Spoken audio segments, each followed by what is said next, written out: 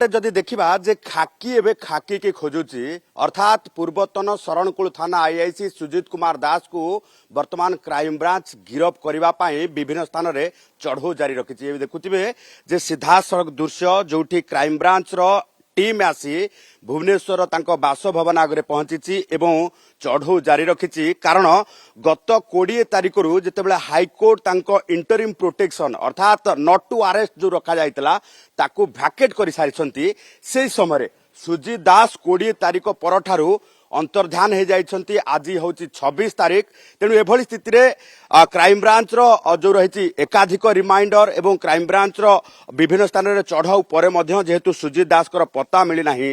सुजित दास को गिरफ करने crime branch एकाधिक टीम एबे विभिन्न स्थान में चढ़ाऊ आरंभ करिछि कारण शरणकुल थाना रे कार्यरत थिबा बेले जेतेबेले सुजित दास ये कारनामा सामना को आसीथिला जने महिला तांको विरोध रे संगीन अभियोग करथिले जे दुष्कर्म करथिबा नै कि परवर्ती समय रे पुलिस डीजी को निर्देश क्रमे तांको प्रथमे निलंबन करा जायतिला एवं तांको विरुद्ध रे सेही थाना रे शरणकुल थाना रे 133 बाई 2026 रे एक मामला रुजु करा जायतिला किंतु मामलार गुरुत्व एवं मामलार संगीन जो रही ताको देखिकी क्राइम ब्रांच पक्षरु ये मामला को टेकअप करा जायतिला सीडब्ल्यू पक्षरु अर्थात जो रही महिला विरोध रे जो अभियोग आसे से जो मामला को क्राइम ब्रांच तदंत करे सेतेबेले क्राइम ब्रांच रे स्वतंत्र विंग महिला उपरे होतिबा अत्याचार को महिला उपरे होतिबा मामला को लेकिन जो विंग रही स्वतंत्र विंग तैयारी करा जायछि से विंग ए मामला को टेकअप करिथिला एवं मामला नंबर 3 अर्थात क्राइम ब्रांच रो केस नंबर सीडब्ल्यू रो केस नंबर 3 रे गोटे मामला रुजु करा जायथिला एवं सुजित से समय रे हाईकोर्ट को जो द्वारस्थ हेबा सहित अंतरीण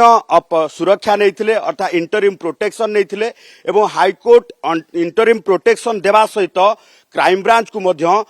जो सीडीआर दाखल करने निर्देश दि जाइथिला। तबे याहारी भितरे जेतेबेले क्राइम ब्रांच तांको इंटरिम प्रोटेक्शन को अपोज करिथिला हाईकोर्ट को पक्षरु निर्देश दिया जाइथिला जे क्राइम ब्रांच रो तदंत रे जाई सहयोग करबा पई एवं क्राइम ब्रांच निकट रे सुजित हाजर हेबा सहित परवर्ती समय रे नयागढ़ हॉस्पिटल रे तांकर डाक्टरी मायना करा जाइथिला मेडिकल एग्जामिन करा जाइथिला मेडिकल एग्जामिन करा जिबा परे प्राइमा फेसी एविडेंस अर्थात प्राथमिक प्रमाण जहा रहिछि प्राथमिक प्रमाण सुजित को विरोध रे आसीबा सहित तांको सीडीआर रु मध्य एकथा जना पड़िछि जे से विक्टिम को सहित एकाधिक थर जोगाजोग करिसंती एवं डिजिटल एविडेंस संपूर्ण भावे नष्ट करबा पई चेष्टा करिसंती एवं तथ्य प्रमाण को नष्ट करबा सहित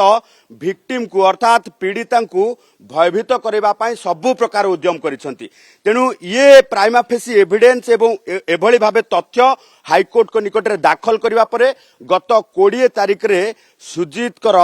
जो रही इंटरिम प्रोटेक्शन संपूर्ण भावे भैकेट कर देइथिले हटै दिया जाइथिला। तेणु एभली स्थिति रे क्राइम ब्रांच पक्षरु जेतेबेले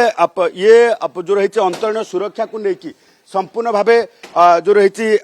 हाईकोर्ट को निकट रे आवेदन करा जाइथिला। तेणु वर्तमान क्षेत्र रे आमे जदि देखिबा जे हाईकोर्ट तांको निर्देश देइथिले सुजित को तळ कोर्ट रे हाजर हेई जामिन रे जाई परिबे अर्थात तळ कोर्ट रे से आत्मसमर्पण करि परिबे। तबे एभली स्थिति रे तळ कोर्ट रे ए पर्यंत आत्मसमर्पण करि नाहंती कि क्राइम ब्रांच तांको ए पर्यंत गिरफ करि पारि नाही। तेणु वर्तमान स्थिति रे संगीन मामला रे जड़ित होइथिबा संगीत मामला रे एबे सुजित दास कोठी अछंती किछि पता मिलुछि ना राज्य बाहर को चली जाइछंती ना राज्य भीतर जहाँ भी इनफॉरमेशन मिलुछि आमे सेही जगह रे चढ़ऊ जारी रखिछु एवं आमे तुरंत ताऊ गिरफ करिवु। सर टैंपरिंग करबा पई चेष्टा करथिले डिजिटल एविडेंस हो विक्टिम को भयभीत करबा पई चेष्टा करथिले ए संबंधित तथ्य मध्ये हाईकोर्ट रे दाखल करा जाय से समस्त प्रकार तथ्य आमे मान्यवर हाईकोर्ट को आगर देइथिलु जहाँ फल तार जो इंटरिम प्रोटेक्शन थिला ताको मान्यवर हाईकोर्ट कैंसल करथिले एवं से एविडेंस गुडी को मध्ये आमे नयागढ़ कोर्ट रे मध्ये आमे दाखल कर विकल्प एबे किछि नाही गिरफ्तारी ही एकमात्र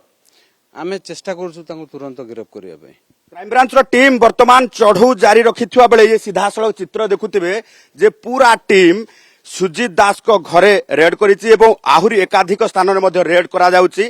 क्राइम ब्रांच पक्षरु एबे सुजित दास को गिरफ करबा पाई ये चढ़ऊ जोरदार करा जायछि। गोटे पटे जदि देखिबा जे हाईकोर्ट को पक्षरु ये एनबीडब्ल्यू इश्यू करा जिबा परे वर्तमान क्षेत्र रे क्राइम ब्रांच फुल एक्टिव हेछि, कारण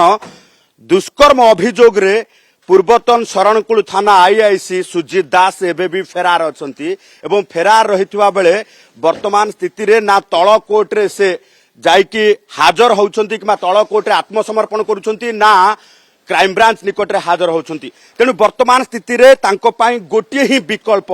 क्राइम ब्रांच रो गिरफ्तारी नचे तळ कोर्ट रे हाजर हे आत्मसमर्पण करी रिमांड रे जिबा। तेणु क्राइम ब्रांच पक्षरु तांको गिरफ करबा पर्यंत विभिन्न स्थान रे जोरदार चढ़ाव करा जिवो बोली जहा क्राइम ब्रांच रो अधिकारी कहिसंती। भुवनेश्वरी कैमरा पर्सन प्रशांत को सह चंदन पाइक राय। मम्मा